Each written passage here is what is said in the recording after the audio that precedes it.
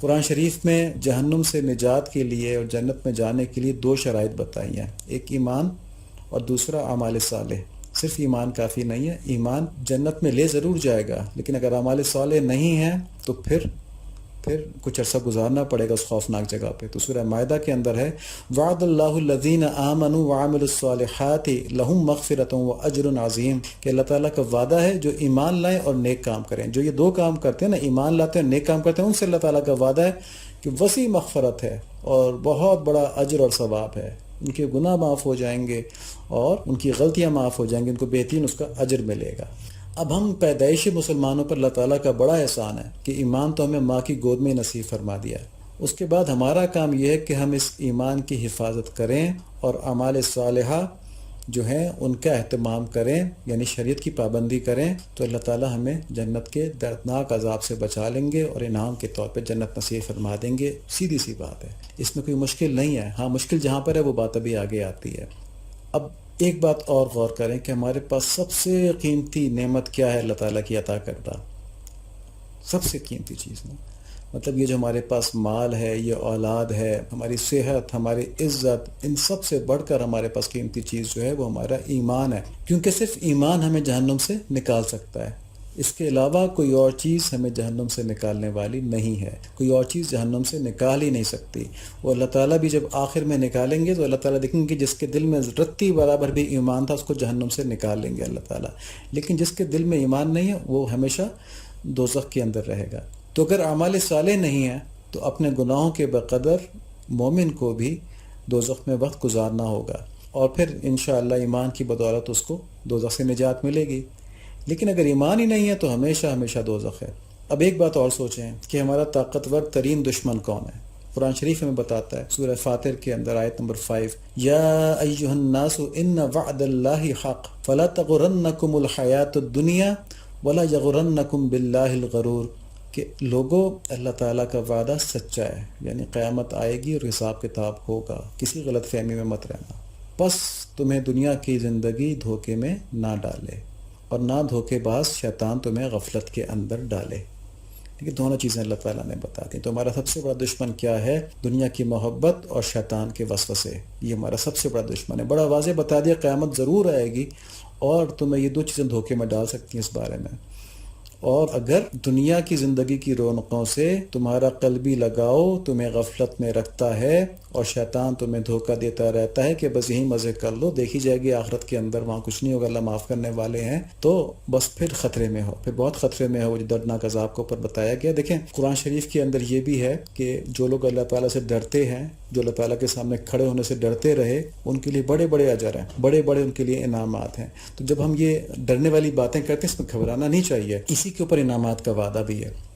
اچھا اب دیکھیں جو ہمارا مضبوط ترین دشمن ہے شیطان، اس کا پہلا حملہ جو ہوتا ہے وہ ہمارے ایمان کے اوپر ہوتا ہے، چاہتا ہے کہ بنی آدم ہمیشہ ہمیشہ دوزخ میں جلیں۔ تو اچھی طرح جان لینا چاہیے کہ اعمال صالحہ جو ہیں یہ ایمان کی حفاظت کے لیے حصار ہیں، ایک قلعہ ہے جس میں کہ ایمان بچا ہوتا ہے، اعمال صالحہ۔ اگر اعمال صالحہ سے غفلت ہو تو ابلیس کا حملہ سیدھا ایمان کے اوپر ہوتا ہے اور وہ ایمان کو چھیننے کی کوشش کرتا ہے، ورنہ یہ ہوتا ہے کہ وہ اعمال کی طرف ہی مشغول رہتا ہے، اعمال اس کو اندر آنے نہیں دیتے ایمان کی طرف، وہ اچھے اعمال سے غفلت میں ڈالتا رہتا ہے، برے اعمال کی ترغیب دیتا رہتا ہے، آدمی اپنی غلطیوں پہ اللہ تعالیٰ سے معافی مانگتا رہتا ہے، اسی شش و پنج میں گزرتا رہتا ہے، لیکن ایمان تک نوبت نہیں آتی۔ اور اگر ان دھوکوں سے بچنے کی کوشش نہ کی جائے تو بہت بڑی ذمہ داری ہے جی، بہت بڑی تباہی ہے۔ اللہ تعالیٰ محفوظ فرمائے، اللہ تعالیٰ نے پہلے ہی بتا دیا ہے کہ جہنم کا عذاب بہت دردناک ہے۔ اب ایک اچھی بات یہ ہے کہ شیطان کا جو داؤ یہ صرف ان لوگوں پر چلتا ہے جو دنیا کو دل کے اندر بسائے بیٹھے ہیں، اور جن کے دل میں اللہ تعالیٰ کی محبت ہے اور آخرت کی فکر ہے، ان کے آگے شیطان کے داؤ ناکام ہو جاتے ہیں۔ اور اگر کبھی وہ غلطی کروا بھی دے تو جو قلب نور ہدایت سے منور ہوتا ہے وہ فوراً اس گناہ کی ظلمت کو محسوس کر لیتا ہے اور فوراً توبہ کی طرف متوجہ ہو جاتا ہے، اور اس طرح آدمی اللہ تعالیٰ سے معافی مانگ کے پاک ہو جاتا ہے۔